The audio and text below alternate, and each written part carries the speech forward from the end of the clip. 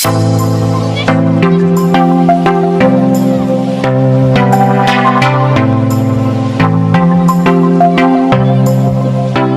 Guys, welcome back to my channel clarified learning. आज मैं आपको पढ़ाने वाला हूँ जैकोबियन के प्रॉब्लम।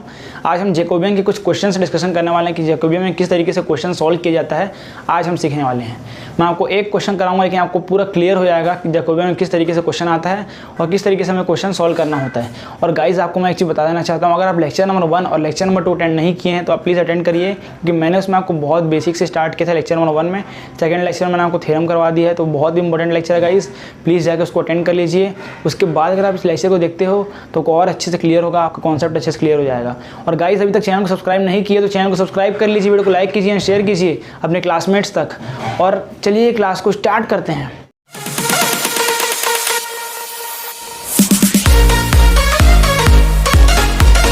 हमारे पास आज का पहला क्वेश्चन, if x is equal to r cos theta, y is equal to r sine theta, then evaluate del x y upon del r theta and del r theta upon में del x y. Lecture number 1 attend करने के बाद आपको इतना समझ तो आ गया होगा कि किस तरीके से फॉर्मूला पुटअप करते हैं और इसका फॉर्मूला क्या होता है। इतना आपको समझ आ गया है। अब उसके बाद देखते हैं, पहले गिवन लिखते हैं। सॉल्व करने का तरीका क्या है, पहला फर्स्ट स्टेप ये रहेगा, हम गिवन लिखेंगे x is equal to r cos theta and y is equal to r sine theta. Okay, यहाँ जाएगा गिवन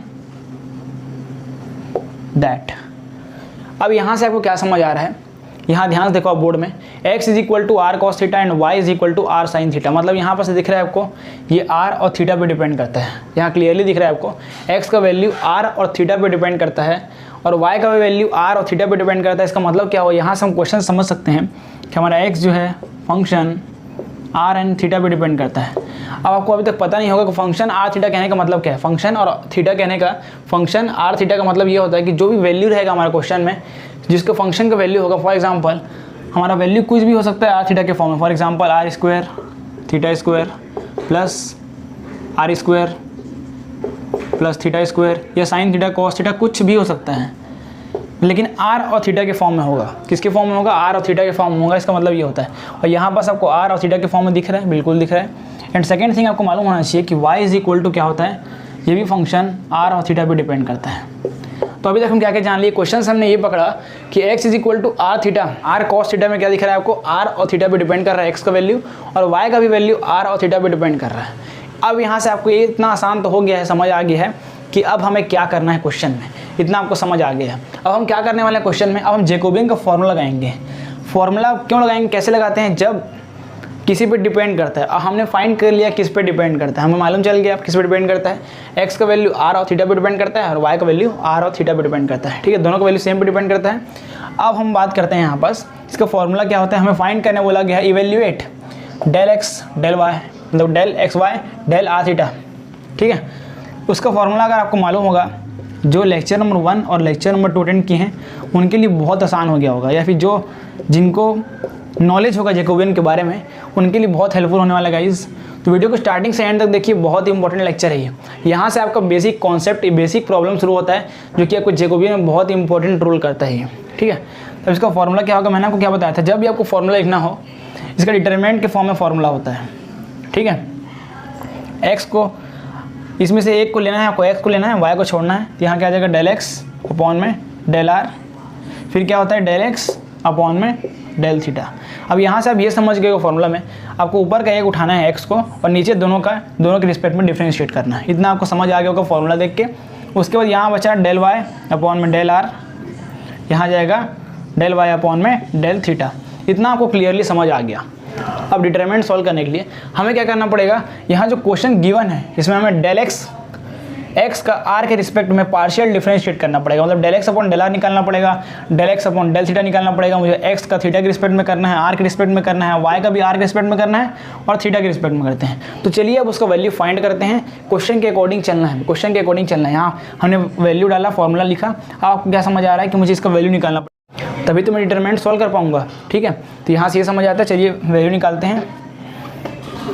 ठीक है, पहले निकालते हैं del x upon del are,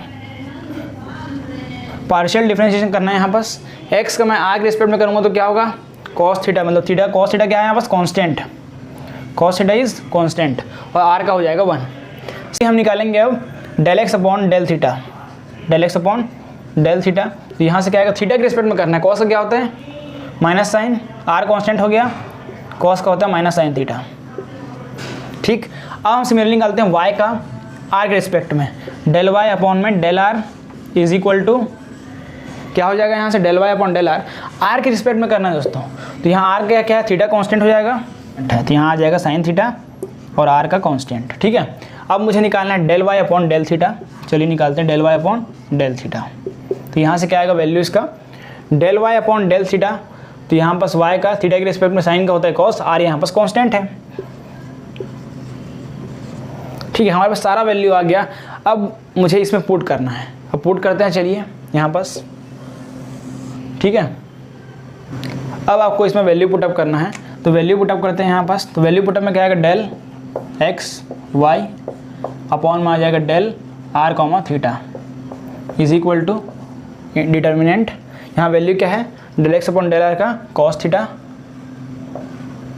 फिर del x upon del theta क्या है यहाँ पास value minus r sine theta. यहाँ क्या आ जाएगा, del y upon del r क्या वैल्यू साइन थीटा, और इसका हो जाता है आर कॉस थीटा।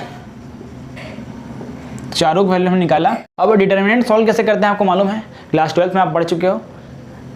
इधर माइनस मल्टीप्लाई करना है, फिर माइनस लगा के इधर मल्टीप्लाई करना है। देखते हैं ये क्या हो जाएगा, आर कॉस स्क्वायर थीटा, इसको मल्टीप्लाई करना है, फिर बीच में माइनस, फिर क्या होगा साइन।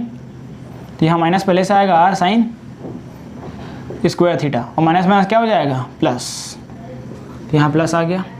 यहाँ से आर कॉमन होगा तो क्या बचेगा, cos square theta plus sine square theta. तो यहाँ से आ जाएगा आर। ठीक है, तो यहाँ वैल्यू क्या आया, डेल एक्स वाई अपॉन में डेल आर कॉमा थीटा, इसका हमने वैल्यू निकाल लिया आर। अब मुझे क्वेश्चन में फाइंड करने क्या बोला है, del r theta upon del x y. अब मैं इसका भी फॉर्मूला पुट करके निकाल सकता हूँ, लेकिन वो मेथड लेंदी हो जाएगा। मैं फिर से ये प्रोसीजर करूँगा, फॉर्मूला डालूंगा। लेकिन अगर आपको प्रॉपर्टी याद होगा, मेरा जब मैं आपको प्रॉपर्टी पढ़ाया था, अगर वो आपको याद होगा ना, तब डायरेक्ट बना लोगे उसको।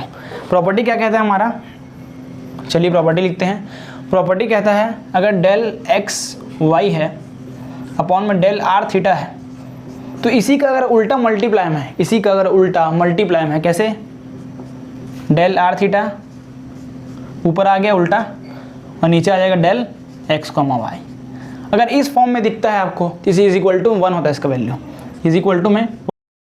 ये हमारा प्रॉपर्टी नंबर फर्स्ट है, ये आपको याद रखना है, यहाँ लिखना है आपको बगल में, यूजिंग प्रॉपर्टी फर्स्ट। ठीक है, ये प्रॉपर्टी आपको याद होना चाहिए।